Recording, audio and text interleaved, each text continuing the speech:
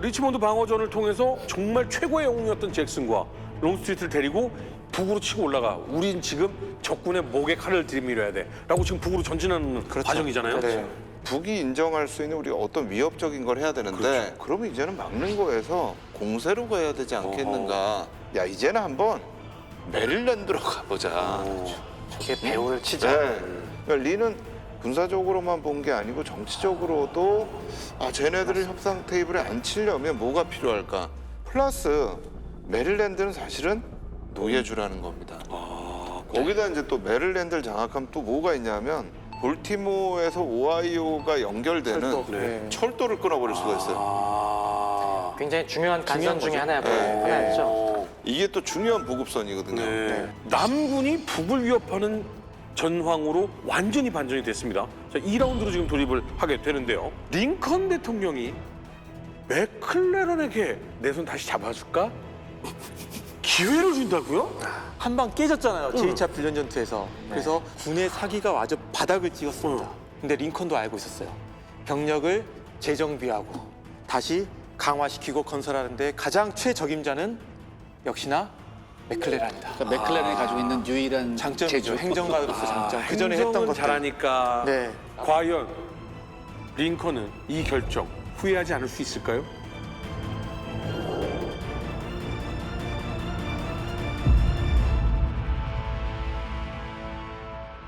링컨의 측은지심인지 아니면 복심인지는 모르겠지만 맥클레런과 다시 한번 손을 잡고 기회를 줬습니다. 자, 맥클레런에게 기회가 갔다는 건 무슨 뜻?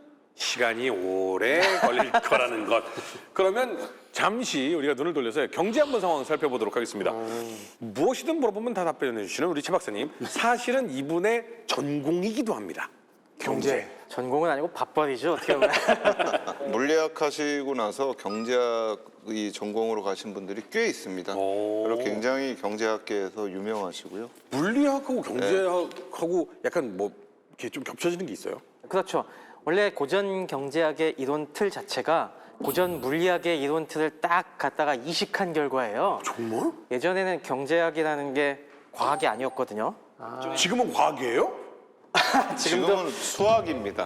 그렇죠. 수학. 네. 네, 그래서 그 당시에 초기 경제학자들이 이걸 우리도 좀 과학적으로 만들어야 돼. 그럼 그 당시에 과학적으로 제일 멋있는 게 뭐지? 물리학이잖아 하면서 물리학적인 프레임을 많이 경제학에다 이식합니다. 뭐 그런 역사도 있고 실제로 원장님 말씀하신 대로 많은 물리학자들이 그쪽으로 넘어갔죠. 그럼 우리나라 교육제도 잘못됐네요.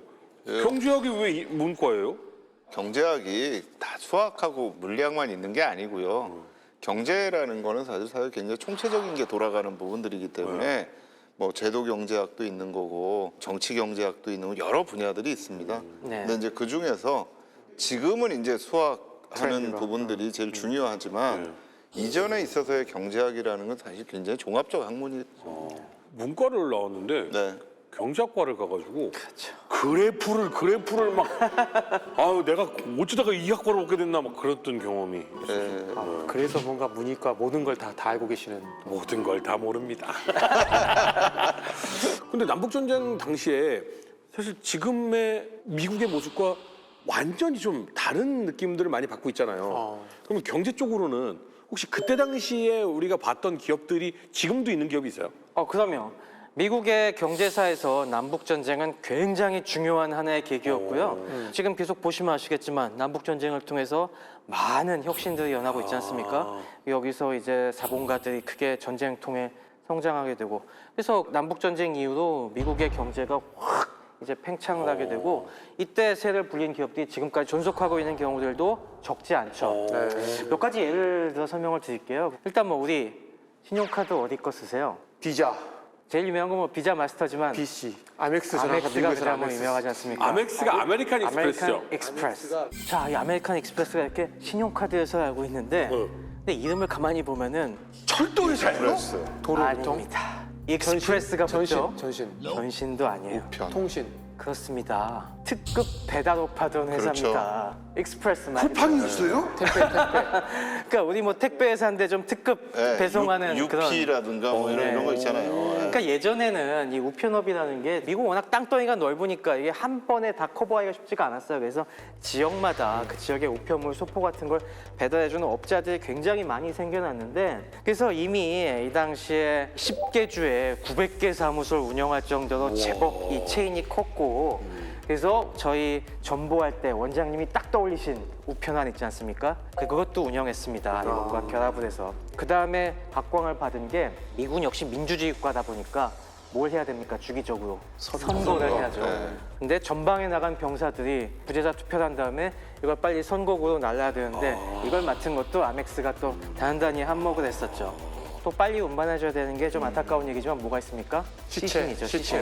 네, 이런 것도 좀 특성업을 하고 해서 아메리칸 익스프레스가 이 당시에 이걸로 굉장히 돈을 많이 벌어갖고 나중에 이런 카드까지, 신용카드까지 진출을 한 거고요. 그리고 또 뭐 옷 브랜드 중에 브룩스 브라더스 들어보셨습니까? 브룩스 브라더스 있습니다. 네, 브룩스 브라더스도 이때도 있었습니다. 네. 이거는 벌써 1818년에 뉴욕에서 설립이 됐었고 얘네가 이제 1849년부터는 이제 기성복 제조에도 나서서 링컨 대통령이 재선됐을 때 딱 이분이 풀코트를 만든 데가 브룩스 브라더스죠. 그렇게 유서 깊은 데인지 몰랐어요.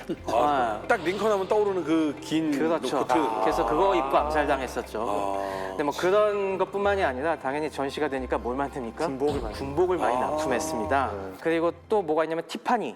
보석? 그렇죠. 티파니에서 다이아. 아침을에 나오는 그 티파니가 저희는 이제 보석상으로만 알고 있는데 명품을 많이 만들었어요. 그 당시에 명품 또 수요가 높았던 게 뭐냐면은 딱 장교들의 필수품 뭡니까? 검. 그렇죠. 예도 같은 거. 네. 예도 같은 걸 만들다 보니까 기병 세이버 있지 않습니까? 기병도 같은 걸 많이 만들기도 했고 또 이제 이런 멋을 살려서 만들어야 될 게 뭐가 있습니까? 지휘봉 같은 거. 각 부대가 맨날 들고 다니는 깃발, 그죠? 뭐 연대기나 뭐 이런 것들 이런 거 만드는 것도 티파니에서 티파니가 하고 유명한 내장간이었군요. 심지어 나중에는 외과 수술 도구 같은 것도 만들었습니다. 이런 정교한 세공 기술 같은 것에서. 근데 사실 또 많은 기업들이 남북 전쟁 때 뭐 했는지 얘기하는 걸 안 좋아하는 경우도 있어요. 이게 왜 그러냐면은 이 당시 많은 자본가들이 군납을 하면서 부정한 방법으로 돈을 많이 벌었거든요. 아까 얘기한 브룩스 브라더스도 사실 그런 좋은 점만 있는 게 아니라 엄청 떼먹는. 군복을 납품했는데 저질 불량 군복을 납품해서 이것도 스캔들을 일으켰었어요. 그래갖고 막 군인들이 막 헐벗은 군복으로 이렇게 다니고 한 것이 사실은 다 군납업자들이 불량 군복 만들어서 그런 것도 꽤 큽니다. 금방 해지는 것들. 그걸로 유명한 데가 유명한 JP 모건이죠. 금융회사. 네, JP 모건이 유명한 이제 금융업계의 지금도 큰 손인데 이때가 딱 그 JP 모건이 아버지로부터 금융회사를 물려받아갖고 확장하던 때인데 JP 모건도 원래 군대에 갔어야 되는데 JP 모건은 돈을 한 300달러 들여갖고 자기 대신 군대 갈 사람을 선임해서 근데 그때 있었어요. 네. 300달러를 내면 군대 안 가는 게 있었습니다. 우와. 네. 또 JP 모건 이 당시에 돈 번 것 중에 뭐가 있냐면은 불량 소총을 납품했습니다. 불량 소총이요? 네. 그 소총 스캔들하고 대포 스캔들이 굉장히 맞아요. 많았어요. 그래서 시중에서 불량 판정 나서 거의 버리는 소총들을 헐값에 사갖고 사가지고. 이걸 연방에다 정상적인 경로로 비싼 값에 납품하는 겁니다. 에이. 그래서 뭐 격발 사고 나고 그래서 좀 쓰다가 또 고장 날 거 아니에요. 격발 사고가 나서 눈 멀고 막 그랬어요. 에이. 그래서 이런 식으로 좀 부정하게 돈 번 경우들도 많이 그렇게 있습니다. 신용 없는 회사가 무슨 남의 회사들을 신용 평가하고 있어. 근데 어쨌건 이 당시에 이런 명과 암을 다 보여주는 것들이 이 남북전쟁 시대 기업들입니다. 근데 어찌됐든 뭐 경제 얘기를 하다 보니까 저희가 예시를 들어야 되니까 기업의 이름들이 나온 거 뭐 이거는 그냥 저희가 예시를 들어야 하니까 한 얘기였고, 자 오늘은 첫 단추입니다. 전비 문제를 한번 짚어보려고 하는데요. 전쟁의 승패 돈에서 나온다라는 말 많이 나오거든요. 역시 남북 전쟁도 역시 돈입니다. 전쟁을 하면 돈이 필요한 거고 또 그 돈을 쓰는 거에 따라서 승패를 좌우할 수도 있으면서 동시에 사실은 국민들의 지지를 얻느냐 못하느냐도 사실은 좌우할 수가 있는 그렇죠. 아주 중요한 문제인데 저희가 이제 기본적으로 쭉 지금까지 진행해서 보는 게 북쪽이 갖고 있는 캐파가 네. 굉장히 크다. 그렇죠. 상공업이 중심이고 경제적인 활동들이 이루어졌고 남쪽은 농업을 하고 있으니까 사실 이 비교하면 비교가 안 된다라고 했지만 네. 사실은 북부의 경제 상태가 그렇게 좋지는 않았어요. 그래요? 그러니까 저희가 이 남북 전쟁 앞쪽에서 뷰캐넌 얘기를 쭉 했잖아요. 굉장히 좀 무능한 대통령 중에 하나다. 근데 그 무능을 얘기하면서 저희가 빼놓고 갔던 게 뭐냐면 사실은 정부의 빚을 엄청나게 아, 정부 부채. 그렇죠. 많이 만든 게 이 뷰캐넌 대통령이에요. 그래서 뷰캐넌 대통령이 출범 시에 연방정부 부채가 2,870만 달러 정도였는데 링컨 대통령이 취임해서 딱 보니까 부채가 9,060만 달러예요. 세 배를 넘겨. 수배가 넘어요. 네, 와. 이 부채는 기본적으로 다 국민들한테 그 부담이 갑니다. 그렇죠. 결국 국가 재정에서 이 부채를 갚아야 되기 때문에. 근데 문제는 그렇고 나서 바로 링컨 대통령이 취임하자마자 전쟁이 발생을 했어요. 그렇죠. 그럼 이제 전비가 또 올라간단 말이에요. 그렇죠. 부채가 지금 있는 데다 전비가 올라가는데 저희가 표를 한번 보시면 될 것 같아요. 여기서 지금 국방 예산이 올라가는 걸 보면 지금 61년, 62년 10배 이상이 늘어나는 거예요. 그 다음에 63년에 가면 또 62년에 비해서 한 1.5배가 또 늘어나고요. 65년에 지금 어마어마해요. 드디어 10억 달러 돌파. 네. 그나마 이제 전쟁 끝날 때 가가지고 좀 떨어지는 거죠. 근데 떨어지는 수준도 61년에 비하면 10배예요. 이게 전후 복구를 해야 되고 막 네, 그러니까. 근데 이 기억나실지 모르겠지만 제가 말씀드렸던 것 중에 하나가 정부에서의 예산을 쓰는 데 있어서 제일 중요한 예산은 사실 국방 예산이에요. 네. 왜냐하면 전체 예산 중에 유일하게 정치인인 대통령이 줄일 수 있는 게 국방 예산입니다. 나머지 예산은 줄이면 인기가 떨어져요. 복지 예산, 네네. 교육 예산 이런 거 못 줄입니다. 그런데 국방 예산은 사실은 일반 국민들한테는 피부에 와닿지 않는 그렇죠. 예산이에요. 그렇기 때문에 국방부 장관을 CEO를 안 치는 이유가 이제 사실 거기 있어요. 국방 예산을 어떻게 계산기 효율적으로 두들겨서 어떻게 쓰느냐. 줄일 수 있느냐. 네. 그러나 전쟁 때는 CEO가 국방부 장관 안 줘도 소용이 없어요. 그렇죠. 이 전비를 계속 써야 되는 거거든요. 그러니까 일단 국방비 이거 어떻게 마련해야 되는가? 전비를 마련을 하려면 방법이 두 가지예요. 하나는 세금을 걷어야 됩니다. 그렇죠. 세금 걷는 건 아무래도 일단은 부담스럽죠. 많은 저항에 직면할 수가 있는 표 거고. 떨어진 소리가 뚝뚝 그렇죠. 두 번째는 채권을 발행을 하는 겁니다. 전쟁 채권. 저희 그렇죠. 태평양전 할 때 막 이렇게 포스터하고 막 했던. 네, 네. 그래서 채권을 발행해가지고 그걸 이제 판매하는 대금으로 해가지고 전비를 조달하는 거죠. 그래서 그 당시에 재무장관이 이제 체이스라고 하는 분인데 이분이 이제 채권 판매, 관세를 인상하겠다. 그러니까 이건 뭐 세금이 아니니까 그 다음에 이제 문제가 되는 게 소득세를 부과를 하겠다. 그래서 이걸 통해서 한 3억 2천만 달러 정도를 전비로 조달하겠다는 거 의회에 승인을 촉구를 합니다. 그래가지고 이제 의회에서 논의를 하는데 의회가 뭐 이거 전체 다 안 하죠. 이 사람들은 지금 자기 지방의 납세자들이 다 유권자들인데 그렇죠. 그래서 이걸 이제 깎아가지고 2억 5천만 달러의 채권 정도를 겨우 이제 승인을 해줘요. 채권만. 네, 그리고 이제 소득세도 일부만 해가지고 일단 승인을 한 상황입니다. 그래서 이렇게 해서 이제 일단은 전비 마련의 계기가 들어가는 거죠. 그러면 여기서 소득세가 일부 조금 들어갔다고는 하는데 그게 들어갔다는 건 그전엔 소득세가 없었어요? 그렇죠. 아, 그러면 돈 벌어도 세금 안 냈어요? 이게 태평성대네. 자본주의 사회의 제일 핵심은 뭐냐면 제일 기본은요 사유재산권을 인정해 주는 겁니다. 그러니까 내가 재산을 가지고 있는 거를 남이 뺏어갈 수 없는 그렇죠. 거죠. 예. 근데 이제 국가가 그거를 소득세로 걷는다라는 개념 자체가 처음 자본주의가 생겼을 때는 그건 불가능한 얘기였어요. 사실 근대적인 의미에서 소득세는 1799년에 나폴레옹 전쟁 때 그때 처음으로 이제 영국에서 도입이 됩니다. 영국에서. 예, 그리고 이게 이제 약간 누진세 같은 그런 성격이 있어서 이제 60파운드 이상의 연간 소득이 있는 사람은 0.83%, 그다음에 200파운드 이상이면은 10% 이런 식으로 이제 세금을 부과하는 이제 그런 부분들이 구간별로 나눠. 그렇죠. 지금은 굉장히 지금은 구간이 굉장히 많잖아요. 근데 그때는 이제 단순화해서 한 2개 정도 했는데 이것도 사실 전쟁 끝나고 나서 폐지가 됩니다. 그러니까 소득세라는 거는 사실 납세자들한테 좀 억울하다는 느낌을 줄 수 그쵸. 있는 세금이에요. 내가 피땀 흘려서 번 돈인데 뭘 나한테 해줬다고 나한테 돈을 뜯어가 뭐 이런 느낌인 거죠. 그런 느낌을 좀 주는 거죠. 근데 이제 기본적으로는 당시에 이제 이 세금 체계 자체가 연방 정부가 가져올 수 있는 세금이 없었던 거예요. 이제 전쟁 전까지는. 네네. 그러니까 있었던 세금이 이제 상속세, 기업을 하거나 하면 이제 면허세, 재산세, 사업세 한 요 정도를 하는데 대부분 이 상속세, 면허세, 재산세, 사업세는 주가 가져갑니다. 지방 정부가. 아. 그러니까 지금도 저희가 세금 낼 때 보면 네네네네. 지방 정부가 가져가는 세금이 있고 맞아요. 네, 국세가 있습니다. 네네. 이 두 개가 나뉘어지는데 근데 그 당시에는 국세가 거의 없었던 거예요. 국세는 관세만 있어요.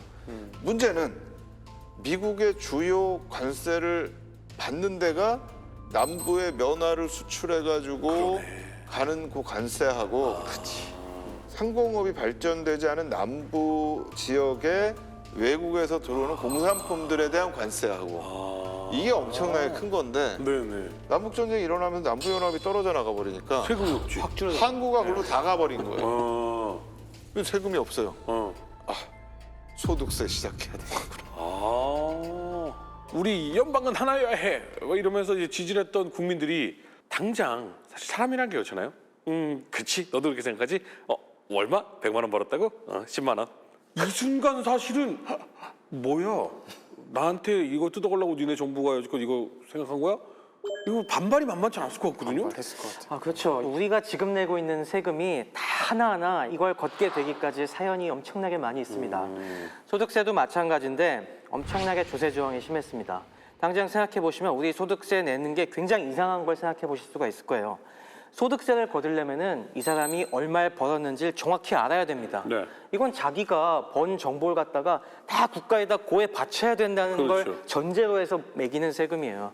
그러니까 당시에 이 사람들에게는 야 이거 국가에서 나에 대한 개인 정보를 너무 많이 빼가는 거 아니야? 라는 저항감이 당연히 생긴 겁니다. 이건 인간의 자유의 권리를 침해하는 거 아니야?부터 시작을 해갖고 이게 어마어마한 심리적인 저항이 있었는데 그나마 첫 스타트를 영국이 끊었기 때문에 어떤 구실이 생긴 겁니다. 우리도 항상 후진국에서는 제도 도입할 때 야 이거 이런 제도 왜 만들어라고 했을 때 이거 선진국에서 먼저 하고 있는 거야 라고 하면은 그나마 좀 그런가? 좋은 건가 받아들이자. 보다. 뭐, 네. 뭐. 임시적인 조치로 받아들여 주자라는 식으로 했고요. 당연히 지금처럼 소득세가 많지는 않았습니다. 그래서 뭐 600달러까지 면세고 600에서 10,000달러 구간이 3% 그리고 10,000달러 초과하면은 5% 정도였기 때문에 또 근데 10,000달러 넘어가는 정도면 그 당시에 어마어마한 어마어마한 부자이기 때문에 네, 일반 병사들의 월급이 그러니까 이제 사병들이 13불을 한 달에 받았거든요. 그렇죠. 그러면 연소득이 200달러가 안 되는 거예요. 그렇죠. 네. 그러니까 지금 연소득 600달러에서 10,000달러부터 시작한다라는 거는 일단은 굉장히 저소득층은 다 빠진다라고 그 아래는 세금 안 걷는 거잖아요. 안 그렇죠. 걷는 면세니까. 거죠. 네. 지금도 소득자료 누락하는 사람들이 많듯이 그 당시에도 또 돈 있는 사람들도 그렇죠. 이래저래 소득 자료를 누락하는 게 많았어요. 그러다 보니 뭐 그래 그 정도면 뭐 나에게 큰 타격이 안 되겠다 계산기 두들겨 보고 오케이 갑시다 이렇게 된 거죠. 자, 근데 전비가 부족할 때 여러 가지 방법이 있다고 했었는데 예전에 유럽이나 이렇게 보면 그냥 돈 찍어내는 나라들이 있었어요. 유럽은 이랬다가 엄청난 후폭풍 밀려오고 막 그런 적도 많죠. 큰일 납니다. 그렇습니다. 이런 문제가 당연히 미국에서도 발생을 했고요. 또 하나 여기서 말씀드려야 될 것이 당시 미국에는 중앙은행이 없었습니다. 중앙이 없었어요 이때? 네. 쉽게 말해서 연준이 없었다는 얘기죠. 네, 연준이 당시에 없었어요. 미국에 중앙은행이 없던 사연도 굉장히 복잡한데 이 미국의 건국 아버지들부터 해서 여러 정치가들의 이 은행에 대한 생각들이 여기 사실 투영이 돼 있었습니다. 사실 미국이 전쟁을 돈 찍어내서 조달한 거는 독립전쟁 때부터 당장 전비가 필요하니까 정부에서 돈을 막 찍어내갖고 그 돈으로 막 전비 조달하고 그 결과 어마어마한 인플레이션이 발생한 문제가 생기니까 한동안 고생했네. 엄청 고생했죠. 건국 초기에. 그래서 재무장관 해밀턴이 이때 생각을 합니다. 이게 문제가 정부가 돈을 찍어내서 그래. 정부는 자제가 안 돼. 어차피 정부는 인기 영합적이니까 그런 비상 상황 되면 막 돈 찍어낼 거야. 그러니까 이걸 차라리 은행한테 맡기자. 은행가들은 오히려 돈을 더 잘 관리하니까 은행가들은 그렇게 무지막지하게 안 찍어낼 거야라고 자제할 거라고 생각을 한 거죠. 근데 이거에 대해서 나중에 제동을 건 게 토마스 제퍼슨이고요. 그러다가 다시 이게 지방은행이 넘어가니까 통제가 안 되고 엄청나게 또 돈을 지멋대로 찍어내니까 다시 한번 미국이 제2 연방중앙은행을 한 번 더 만들어요. 근데 그걸 갖다가 또 혐오한 게 앤드류 잭슨이었죠. 앤드류 잭슨은 이 금융을 혐오하는 이런 성향이 있어갖고 중앙은행은 나쁜 거야. 이건 악의 축이야. 라고 해서 제2은행을 또 한 번 더 없애버리는 바람에 남북전쟁 때 오면은 이 시기에는 중앙은행이 없던 시절입니다. 그러니까 오히려 중앙은행을 만들어서 통제하는 게 더 아니 그럴 것 근데 같은데. 이게 또 뭐가 있냐면 저희가 이 남북 전쟁하면서 기본 철학이 중앙 연방 정부한테 힘을 줄 거냐, 주정부한테 그쵸. 힘을 줄 네. 거냐라는 부분이 그쵸, 있잖아요. 근데 돈을 중앙에 있는 연방 제1은행이 딱 장악을 해버리면 주정부가 갖고 힘이 있는 약해진다. 재정의 권한이 약해져요. 그게 약해지니까 당연히 그거에 대해서는 앤드류 잭슨은 반대할 수가 오히려 없죠. 이 논리가 더 맞을 수도 있겠네요. 그러면 각 주에서 은행들이 그 돈을 찍어내던 시절은요. 돈이 똑같은 돈을 찍어내요? 아니면 주 돈이 따로 있어요? 다 달라요. 다 제각각이죠. 제각각. 어휴, 그래? 누가 진짜 나라죠, 나라. 진짜 말 그대로. 그러면 예를 들어 일리노이에서 테네시 가면 환전해야 돼요? 환전은 아닌데 1대1 바꾸긴 돼요? 원칙은 돼요. 근데 원칙은 1대1인데 그렇게 안 해주는 데가 훨씬 많아요. 그렇지. 뉴욕 입장에서 니네 돈 작년에 엄청 거짓으로 찍어내가지고 돈 같이 떨어졌는데 똑같이 바꾸라고 그러니까 이게 그래? 안 굉장히 바꿔. 복잡해지는 거예요. 이렇게? 그런 식으로 돼서 상당히 중앙은행이 없던 상황이었는데 이제 전쟁이 되니까 이제 돈이 궁해지니 그거죠. 다시 만들자. 다시 찍어내자. 이제 결의를 합니다. 아니 찍어내면 문제가 발생된다는 걸 여지껏 역사상 기록으로 아는데도. 근데 지금 그거 따질 상황이 아닙니다. 그래서 드디어 1862년에 네. 이렇게 생긴 지폐를 갖다가 만듭니다. 이게 그때 당시의 돈이에요? 그렇습니다. 이게 1달러짜리, 이게 5달러짜리 이런 모양의 지폐를 만듭니다. 거창하다. 네, Promise to pay라고 돼 있는 거예요? 네, 이거 내가 꼭 나중에 5달러 가치로 바꿔줄게 이런 약속인 거예요? 네, 그렇죠. 지폐의 핵심은 신용입니다. 내가 이 돈을 갖고 있으면은 우리 정부 어느 땅을 가더라도 1달러 가치를 해주겠다는 약속을 하는 게 바로 이 지폐죠. 그 지폐에 약속이라고 써 있어. 그렇죠. 그래서 정부가 보증합니다. 믿고 쓰십시오. 그래서 요것을 갖다가 딱 보시면은 이름이 딱 붙었습니다. 요게 보시면은 색깔이 초록색. 그린. 전반적으로 그린이죠. 네. 그리고 특히 뒷면을 보시면은 거의 이 그린색으로만 돼 있기 때문에 이걸 그 당시에 사람들이 그린백이라고 불렀습니다. 그린백? 네. 이 그린으로 이렇게 찍은 게 사실 이유가 있어요. 왜요? 아, 바로 위조 지폐를 막기 위해서입니다. 위조 지폐 막기 위해서. 왜? 그 당시 이전 지폐들의 문제가 뭐였냐면은 그냥 종이에 까만 잉크로만 흑백으로만 돼 있는 지폐들이 많았어요. 근데 이렇게 하다 보니까 사람들이 위조하는. 갖가지 방법으로 위조하기 위조하지. 시작했습니다. 위조에 불을 붙인 것이 사진술이었습니다. 이걸 딱 사진을 찍어서 정교하게 찍어가지고. 그 당시엔 인화제를 갖다가 종이에다가 이 감광액을 딱 뿌려갖고 거기에 딱 찍어서 그런 식으로 사진으로 복제하는 방법들이 그때도 나왔거든요. 그러니까 그런 식으로 위조 지폐가 성행을 하니까 처음 고안해낸 게 캐나다였어요. 캐나다에서 남북 전쟁 직전에 이거 단색으로 하니까 이거 문제 있어. 그래서 그 당시에 캐나다 중앙은행에서 어떤 교수님한테 이걸 딱 의뢰를 해서 이거 어떻게 해결할까 하다가 초록색 잉크를 내가 만들어 줄게. 이게 왜 중요하냐면 그냥 보통 잉크로 하면은 이걸 싹 지워버려요. 그 부분을 싹 걷어내고 까만색으로 먼저 인쇄한 다음에 그 다음에 또 초록색을 덮어줄 수가 있는데 그 당시 딱 개발된 이 초록색 잉크는 벗겨내기가 되게 어려웠습니다. 딱 달라붙어서 종이에. 그래서 색을 분리하기가 되게 힘들었어요. 그래서 위조 지폐 만들기가 굉장히 어려웠죠. 그래서 그 방법을 채용을 해서 역시 이 그린백을 만들어낸 겁니다. 하지만 그렇다고 해서 이 위조 지폐가 안 만들어지겠습니까? 그렇죠. 여기서 이것도 멈출 사람들이 네. 어떻게든 그 방법을 어떻게든 찾아야 위조 지폐 만들어집니다. 이런 식으로 해서 돈을 막 찍어내도 될까라고 했지만은 작동을 했습니다. 작동을 해요? 네, 이 당시에 돈의 가치를 떠받치는 핵심은 뭐였냐면은 그죠, 금과 은이었습니다. 원래 미국도 금은본위제라고 해서 자국의 달러 가치를 금과 은에 고정을 시켜놓은 상태였어. 그래서 1달러는 은 24g에 해당됐고 그리고 1달러가 순금 1.6g에 해당됐어요. 그런 식으로 딱 원래는 금과 은 가치에 고정을 시켜놨는데 발행하면서 이제 꼼수를 쓰죠. 우리는 1달러의 가치는 보증하지만 이걸 갖고 와도 금과 은으로는 안 바꿔줄 거야. 근본이제 폐지. 폐지는 아니고 폐지는 아니고. 네. 당연히 그 당시에는 금과 은은 정부에서 꼭 쥐고 있었습니다. 왜 이거냐면은 이건 어디 필요합니까? 수입 무역 대금에 필요해요. 당연히 미국 달러 갖고 하면 영국에서 받아주겠습니까? 프랑스에서 받아주겠습니까? 그렇죠. 그러니까 영국과 프랑스와 이제 국제 무역을 할 때는 금화 은화를 통해서 결제를 해야 되니까 그런 것들은 절대 안 내주고 이거는 국내에서만 통용되는 돈으로 일단 뭐 인플레는 나중에 신경 쓰고 이거 믿고 쓰세요라고 이제 막 찍어내는 겁니다. 이게 말이야 막걸리야. 아니 1달러를 보증할게요. 근데 금은 안 줘요. 뭘 믿어요? 그래서 실제로 이 1달러가 가치가 점점점 떨어집니다. 그렇겠죠. 실제로 1달러만큼은 거래가 안 됐지만은 그래도 인플레이션이 어느 정도 억제가 됐습니다. 그 이유가 한 가지 꼼수가 있었던 게 이걸 갖고 미국 국채를 살 수가 있었어요. 채권으로 바꿀 수 있다. 그렇죠. 이걸 채권으로 바꿀 수가 있어요. 그 채권은 이자의 투자의 수단이네요, 그러면. 사람들이 그린백 갖고 재테크를 하는 겁니다. 이걸 막 싼 가격에 사갖고 그다음에 국채를 사는 거예요. 국채를 사서 그 이자 갖고 그 싼 가격을 보충하는 거지. 그러면 그린백을 발행했지만 네. 사실은 미국 국채를 발행한 거네요. 그렇죠. 국채가 어느 정도 그 가치를 인정받는. 보장해주는 네. 안전장치가 있었기 때문에 아주 어마어마하게 폭락하는 건 막았어요. 그래가 이때는 이자 몇 프로나 줬어요?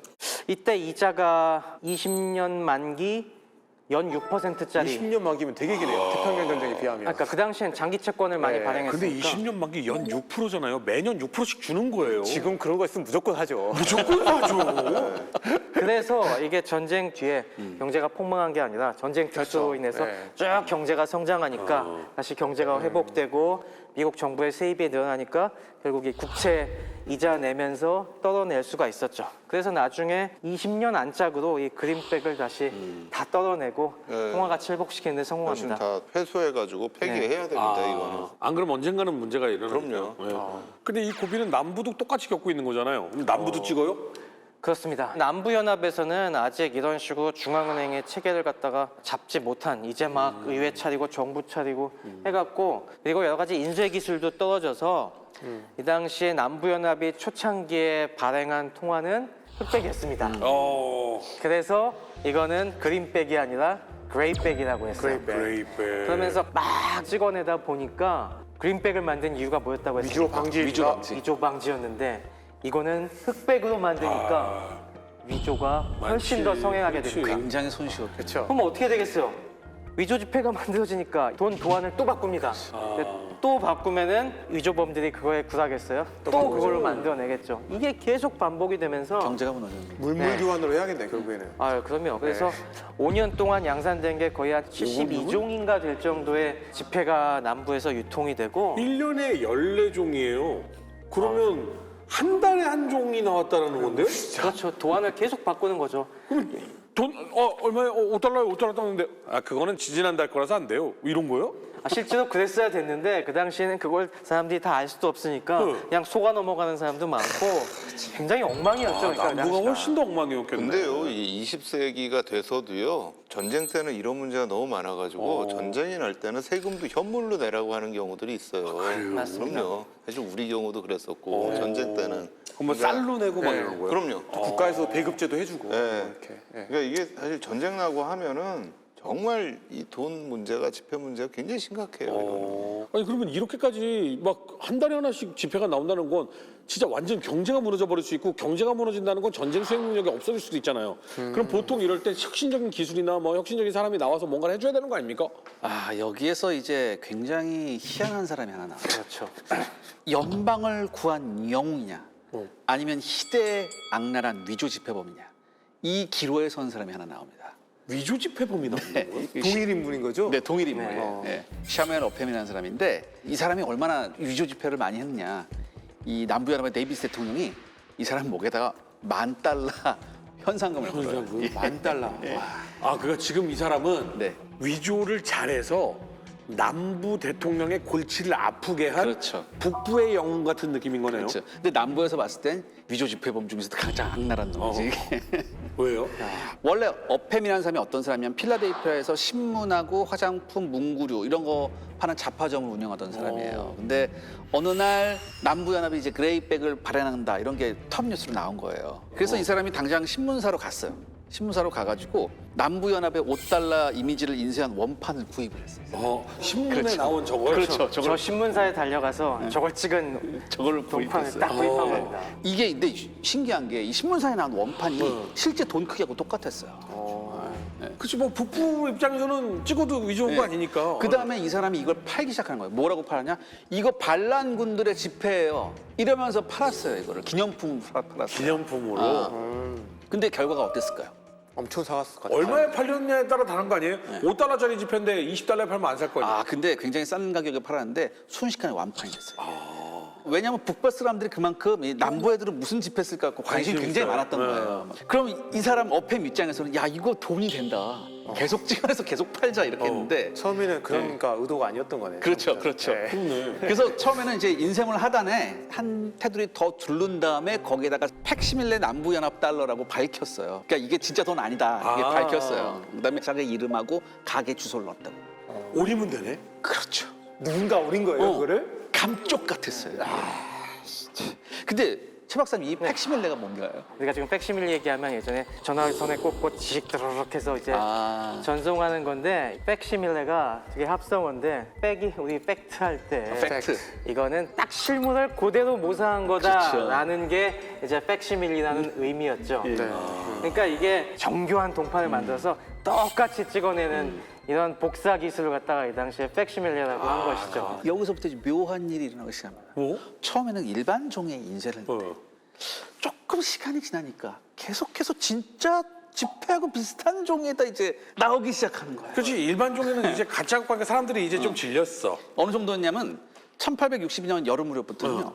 남부연합에서 발행하는 지폐보다 종이질이 좋았어요. 아니, 어팸이 그걸로 찍은 거예요? 네. 근데 그런 비싼 돈 찍으면 마진이 좀 줄어들 거 아니에요? 굉장히 묘한 소문이 들어요. 이거 누군가 엎으면 굉장히 정부 차원에서 도와주는 거 아니에요? 그럴 수도 있겠네요. 이런 얘기가 어팸도 그냥 팔리는 게 그냥 사람들이 그냥 재미있으니까 사가겠다 싶은데 어느 날부터 이게 갑자기 뭉토기로 사가는 사람들이 생기기 시작했어요. 기념품으로 저희가 하나 주세요 하는데 이거 5만 장 주세요.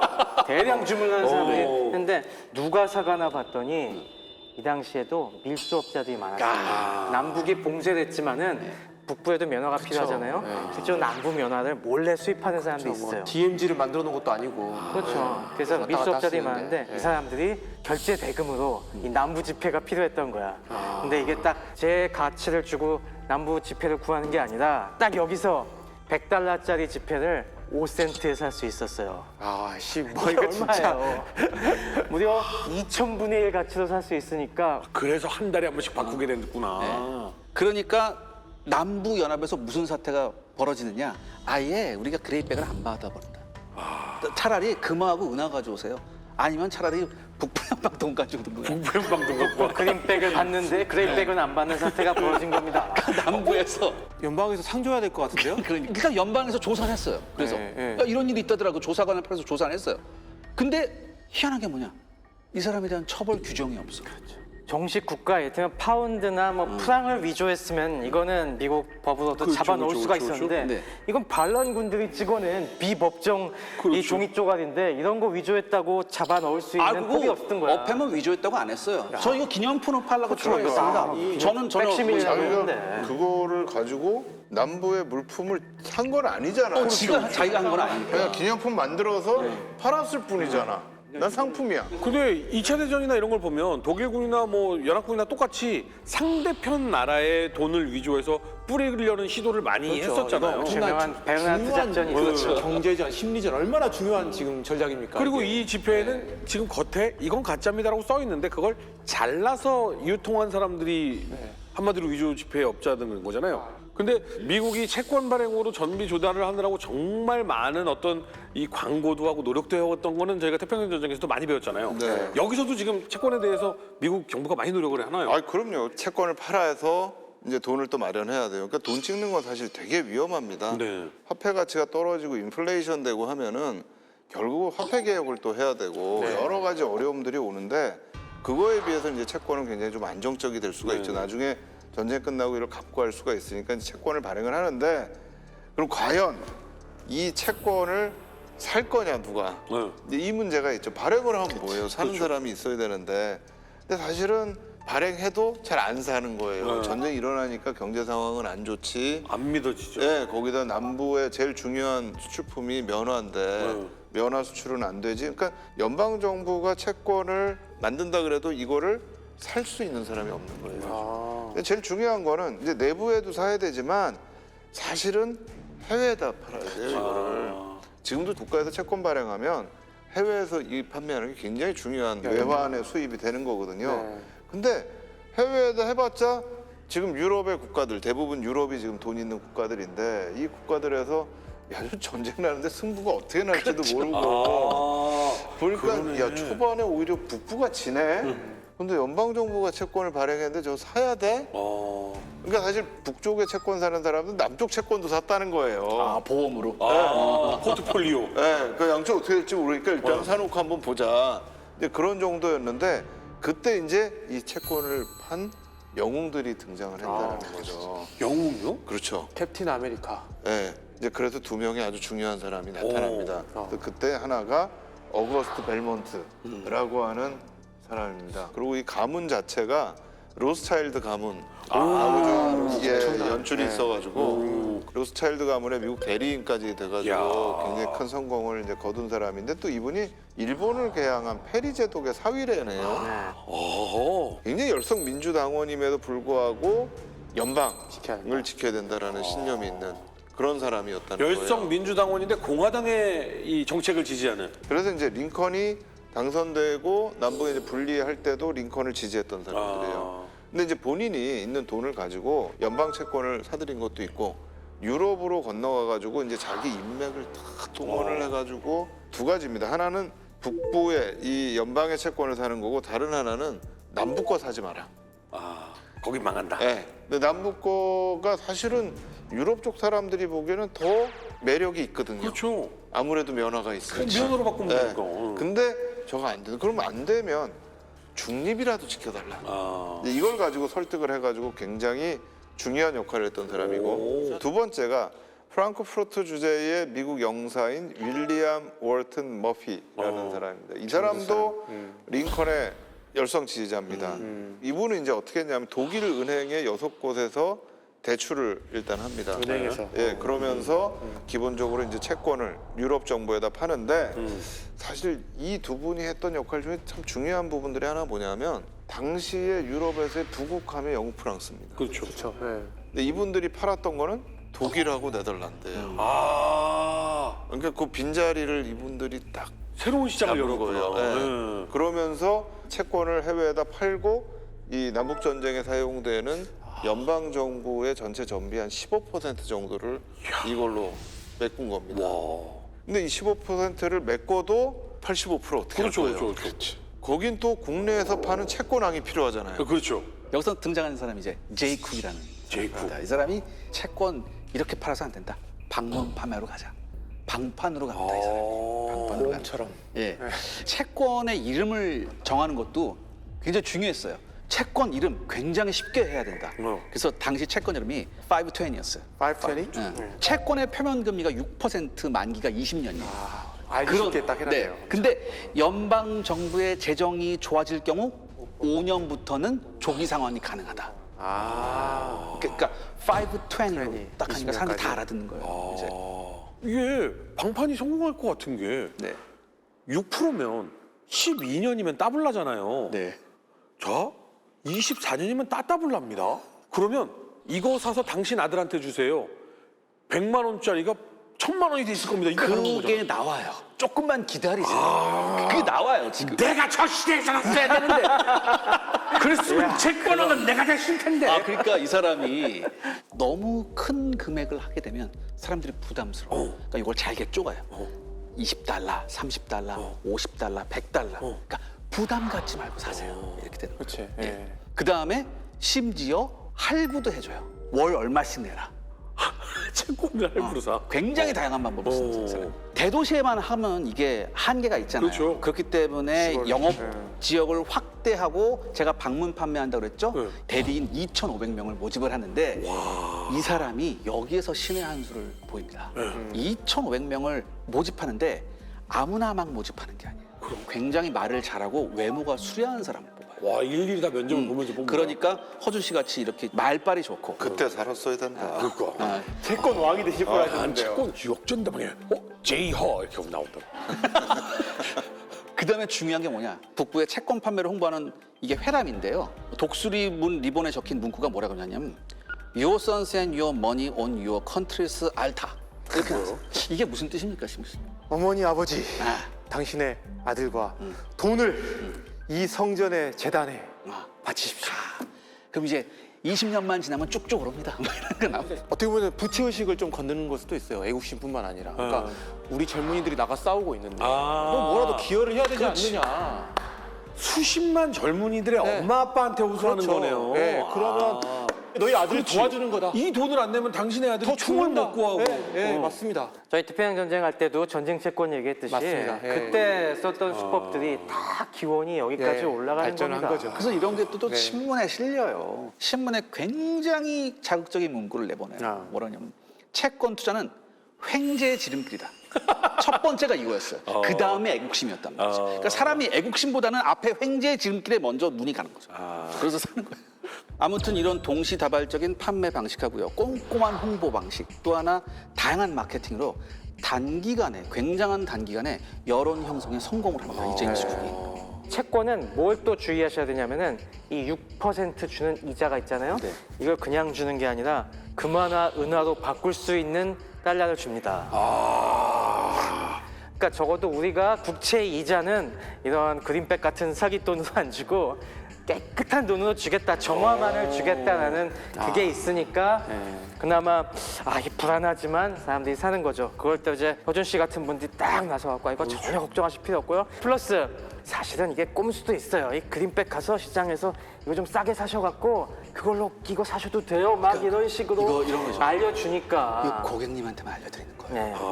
이게 자본주의의 마케팅의 핵심 중에 하나가 고객의 세그먼트를 니즈에 늘리는 맞게. 게 굉장히 핵심인데 네. 이 분야에서 역시 꼭 꽉 막힌 정부나 공무원들보다는 이런 데 머리 빠른 이런 민간의 이 아이디어를 동원했다는 것이 네. 이것도 하나의 중요한 금융혁신이었죠. 허준 씨가 만약에 제임스 쿡이었다면 채권에 대해서 어떻게 홍보를 하겠습니까? 그 집을 보면 저는 이제 들어가는 집부터 정해야죠. 딱 봤을 때 여기에는 전쟁 참가자가 있는 집이다. 이거를 먼저 정보를 갖고 들어가겠죠. 아버지. 아드님 건강하시고요. 근데 요즘에 전화 들었어요, 아버지? 아니 전황이 어떻게 됐는데? 지금 리치몬드 앞에서 우리 군인들이 대포가 없어가지고 남부 놈들한테 죽게 생겼대요. 근데 이거가 아드님 총 사주는 채권이에요. 아니 그럼 이걸 사면은 우리 아들이 산다는 얘기? 안 그러면 죽어. 그리고 그냥 사주는 거 아니야. 이거 사잖아요. 매달 요 산 돈의 몇 %씩 이자로 국가에서 줘. 근데 이거는 금으로 바꿀 수 있는 돈이야. 매달 줘. 루이지애나 사겠네요. 지갑을 열고 싶지 않아요? 난 진심이었어. 자식을 전장에 보낸 부모 입장에서 이 전쟁을 이기려면 돈을 모아야 되는데 난 진짜로 그런 거예요. 딸 둘인데요. 이런 집은 안 들어가요. 안 팔릴 것 같은 집에 들어가면 시간 낭비야. 여기서 더 놀라운 것이 이렇게 허준 MC 같은 놀라운 눈물겨운 판매원들이 이게 북부 사람들에게만 먹힌 게 아닙니다. 남부 사람들한테. 남부 사람들에게까지 고객이 넓어지기 시작했어요. 남부 사람 북부 채권을 산다고? 자기네가 그럼요. 이제 돈 벌려고. 전쟁이 조금 지나니까 약삭받은 사람들은 이미 눈치를 까기 시작했어. 야 이거 안 돼. 왜? 이 전쟁 안 되겠다. 우리가 반란을 일으켰는데 결국 싹수가 안 되겠다. 그럼 우리가 어떻게 하겠어요? 뒷일을 대비해야죠. 미래를. 뒷일을 대비해야 된다. 우리 또 안전한 미국 국채, 연방 국채 사야 돼.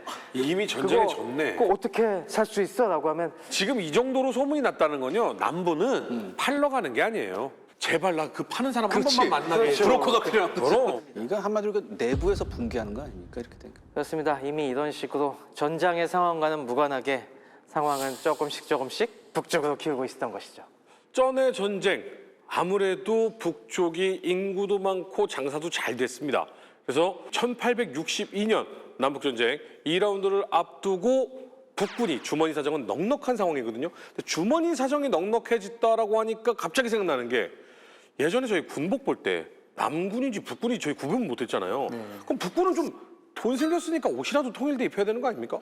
맞습니다. 1861년 후반기부터 북군도 전열을 정비하면서 퍼스트 불런에서 우리가 저 중구난방 군복으로 진 것도 한몫했다. 이젠 좀 뭔가 통일을 기해야겠다 해갖고 미국 전역에 이제 주로 4개의 큰 보급소가 있었는데 뉴욕, 필라델피아, 신시내티, 세인트루이스 이곳에서 통일된 남색 군복을 갖다가 대량 생산해서 이때 지급하기 시작합니다. 여기 사진에서 보시다시피 우리가 영화 속에서 알고 있는 북군의 저 상징과도 같은 저 셔츠가 저 울로 된 셔츠거든요. 근데 뭐 그 당시에 군복을 여러 벌 입기는 좀 그런 상황이어서 사시사철죠. 울 군복을 입었습니다. 사시사철로 울을 입었다고요? 네, 사시사철 저 양모 울 재킷을 입고 다녔고요. 이제야 좀 익숙한 군복이 나오는 것 네. 같아요. 이제야. 물론 얘기했던 대로 주하부처럼 여전히 전통을 지키기를 고수하는 부대들은 저걸 거부했지만은 빨간 바지 입고 다녀요 지금도? 그렇죠. 그래도 다수가 저런 이제 표준화된 군복을 입기 시작을 했고요. 또 총도 통일화가 시작이 됩니다. 스프링필드 조병창에서 1861년형 스프링필드 소총을 대량 생산해서 보급하기 시작합니다. 남군은 조금 늦었습니다. 남군은 아직까지도 각 피복의 공급이 주의 담당이었어요. 그래서 각 주 부대는 여전히 통일화가 좀 늦어졌고요. 그래서 1862년까지는 아직 남군의 복장은 약간 중구난방이었습니다. 그러다가 이제 1862년에 징병을 하면서부터 복장의 통일화를 하기 시작해서 저 역시 남군의 특징적인 그레이색, 회색 군복도 1862년부터 점점 많아집니다. 그래서 1863년에 이르게 되면은 딱 이제 게티스버그나 빅스버그나 그때쯤이 되면 우리가 영화에서 보던 그 전형적인 남북군 병사의 모습으로 탈바꿈하게 되죠. 이제 같은 편인 줄 알고 안 쏘는 경우는 없어지겠네요. 네. 다만 이제 남군의 약점은 뭐냐면은 병기가 자체 공업력이 부족하기 때문에 여전히 소총 같은 거는 북군처럼 깔끔하게 통일되지 못했어요. 개인총 들고 나오고 막. 많은 총기를 유럽에서 수입을 했었기 때문에 이전에 유행하던 영국의 엔필드 소총도 많이 쓰고 북군의 무기고를 역시 털어서 1853년식 스프링필드 소총이 있거든요. 구형 소총이. 그걸 또 이용을 해갖고 일부는 남부가 자체 제작을 했어요. 그게 1862년형 리치몬드 라이플이라는 게 또 있습니다. 그래서 일부는 그런 식으로 조달했지만은 그걸로 무장시키기엔 여전히 부족해서 닥치는 대로 수입하고 노획하고 한 것들을 공급해서 총기는 여전히 중구난방이었습니다. 독립전쟁 때 쓰던 총기까지 화승총까지 나서 하는데 이제 이건 있어요. 양군의 정식 제식 소총이 남군은 방금 말씀하셨듯이 이제 엔필드였고 북군은 스프링필드였는데 탄은 미니에탄으로 동일했어요. 동일했는데 문제는 뭐냐면 남군이 이 미니에탄 수급에도 애를 먹어요. 굉장히 애를 먹기 때문에 나중에는 어떻게 했냐면 보통 이제 부대가 가면은 납덩이를 좀 들고 다녀요. 그래서 현장에서 이 납을 녹여가지고 총알을 만들거든요. 근데 미니에탄은 지난번에 제가 한번 설명드렸지만 이게 원추형이에요. 현장에서 탄환을 만들 땐 이 원추형으로 만들 수 없다고요. 그래서 동그랗게 그냥 만들어? 볼형으로 그냥 찍어내요. 이 볼형을도 그냥 강선 총에다가 그냥 끼워넣어가지고. 그 종이나 가죽으로 해가지고 끼워 넣을 수 있거든요. 물론 강선이니까 활강식보다는 멀리 나가지만 미니에탄에 비해서는 좀 위력이 떨어지고 이 사정거리가 회전력을 짧았어요. 얻기가 쉽지 않았을 것 같아요. 그래서 가면 갈수록 남군에서 이런 사태가 많이 일어나죠. 엔티텀 전투. 굉장히 중요한 전투거든요. 어떻게 시작이 됩니까? 9월 3일 날 메널서스 정션에서 출발을 해요. 그래서 하루 만에 포토맥 강에 도달을 합니다. 주사위는 던져졌다. 건너기 시작합니다. 이 말은 뭐냐면 처음으로 남군이 포토맥 강을 건너는 순간이었어요. 이야. 엄청 좋은 찬스잖아요, 북군한테. 북군한테는 저거 쳐, 니 쳐, 이렇게 하면 되죠. 북군의 사령관이 누구예요? 맥클레런이죠? 안 들어갔죠? 그렇죠. 아니요, 맥클리란이 이런 상황을 몰랐어요. 예. 네, 리의 정확한 의도에 대해서는 파악을 못하고 있었어요.